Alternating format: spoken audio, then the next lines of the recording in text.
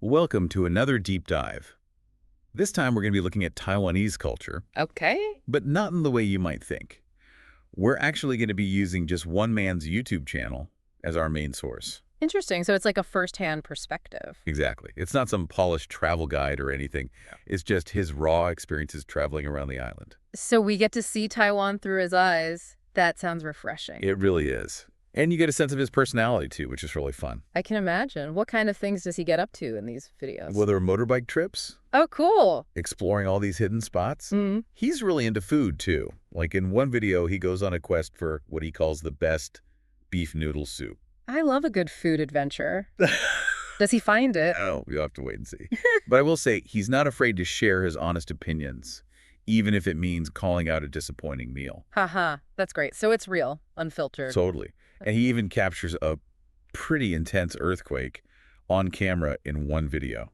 Talk about immersives. Wow. That's unexpected. I'm guessing he was okay. Oh, yeah, he's fine. But it's a pretty wild moment, and it kind of makes you think about the reality of living in a place like Taiwan, you know?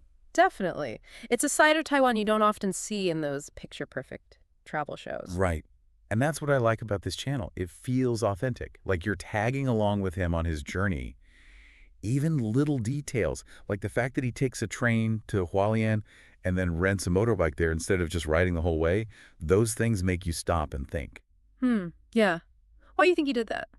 I'm not sure. Maybe it's a practical thing. Taiwan has great public transportation. Oh, that's true.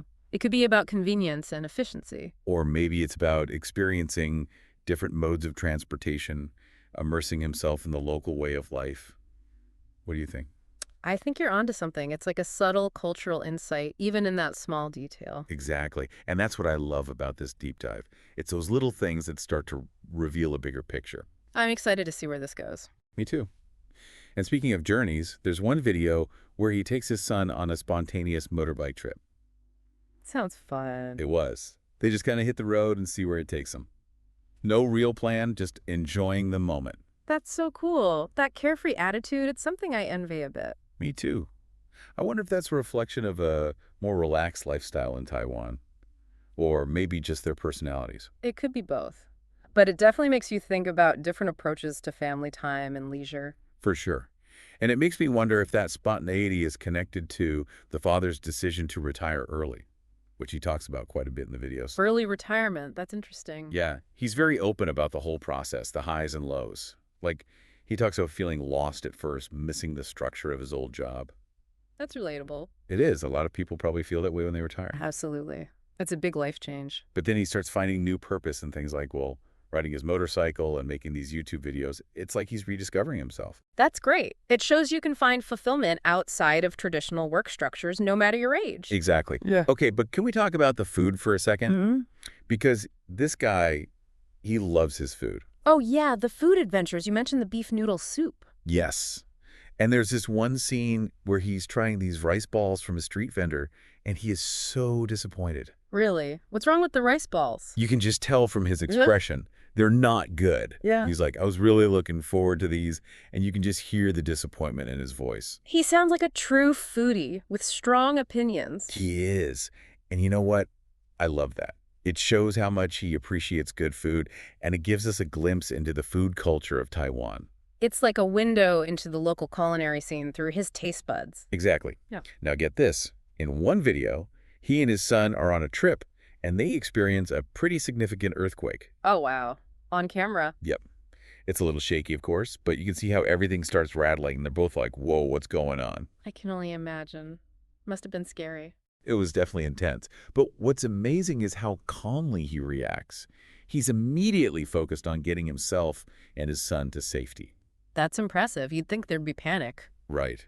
But he's just so level-headed. It made me wonder if that's a cultural thing. You know, like maybe people in Taiwan are just used to dealing with earthquakes, and they've developed this innate sense of calm in those situations. It's an interesting thought. Maybe it's a combination of personal composure and cultural preparedness. It makes you think about how different cultures might react to those kinds of situations. Yeah. And it's just one example of how this YouTube channel, as simple as it seems, can offer some really fascinating cultural insights. I'm seeing that already, and we've only just scratched the surface. I know, right? There's so much more to uncover. And we'll do just that in part 2 of our deep dive, so stay tuned.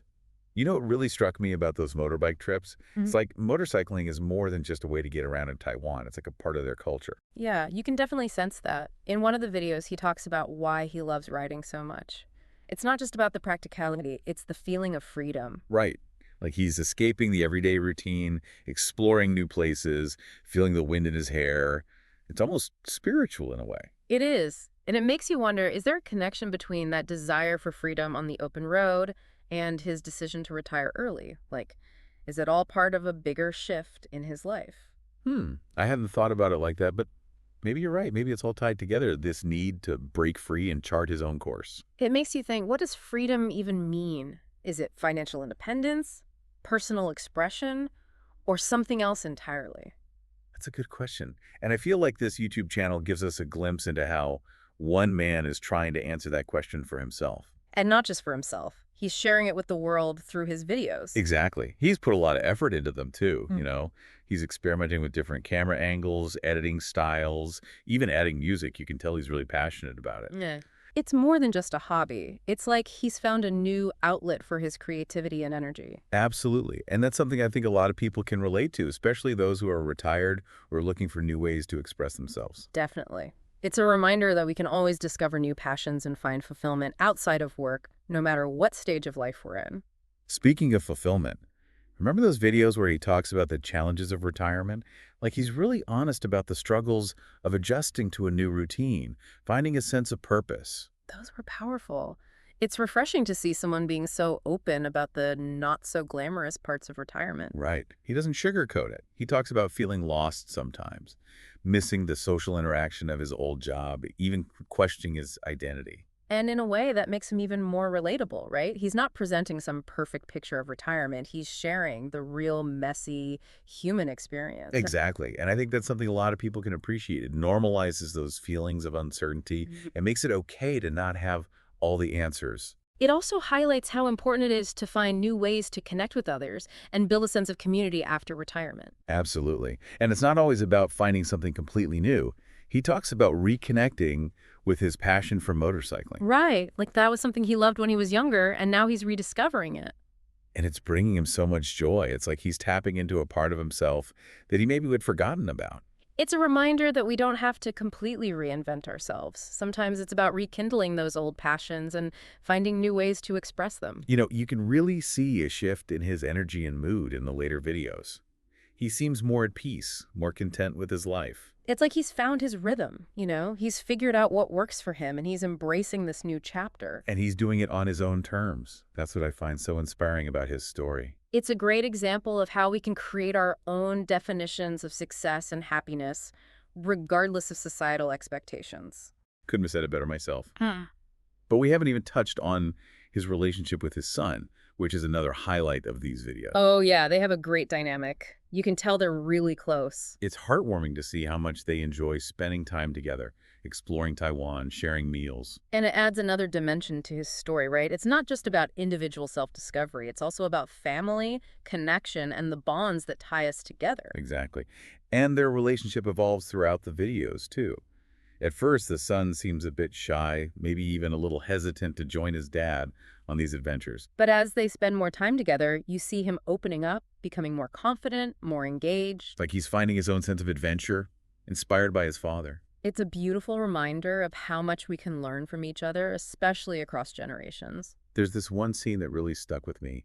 They're riding their motorcycles side by side along this scenic coastal road. I remember that one. So peaceful. It is. And they're not even talking, but you can feel the connection between them. It's like they're sharing this incredible experience without needing words. It's a testament to the power of shared moments and the unspoken language of connection. It makes you think about the legacy we pass down to our children. It's not just about material things. It's about the values we instill, the experiences we share, the way we approach life. Absolutely. And in this case, the father is modeling a way of living that is adventurous, curious, and open to new possibilities. That's a pretty amazing gift to give to your child. This YouTube channel has given me so much to think about. Retirement, self-discovery, family, cultural resilience. It's amazing how one man's personal journey can spark so many conversations. It really is. And I think that's the beauty of storytelling. It allows us to connect with each other, share experiences, and find meaning in the everyday moments. There's still so much to uncover, but we're running out of time for this part of our deep dive. Join us for the final part, where we'll wrap up our exploration and delve even deeper into the themes of cultural identity, personal passions, and the enduring power of human connection. It's amazing how much we've learned about Taiwanese culture just from this one YouTube channel. It is, right? Like, you don't always need a fancy documentary or a textbook to get a real sense of a place. No, sometimes those personal stories are even more powerful. They are, because you connect with them on a human level, Absolutely. Like, remember the earthquake video? That really stuck with me. Oh, yeah. How he stayed so calm in that situation. It's remarkable. It makes you think, is that something you're born with, or is it something you learn from living in a place like Taiwan where natural disasters are a reality? That's a good question. I mean, Taiwan has a history of earthquakes, typhoons, things like that. Right. It could be that people there have developed a certain resilience as a result. Yeah, like a collective calmness. Maybe. Or maybe it's just him, you know?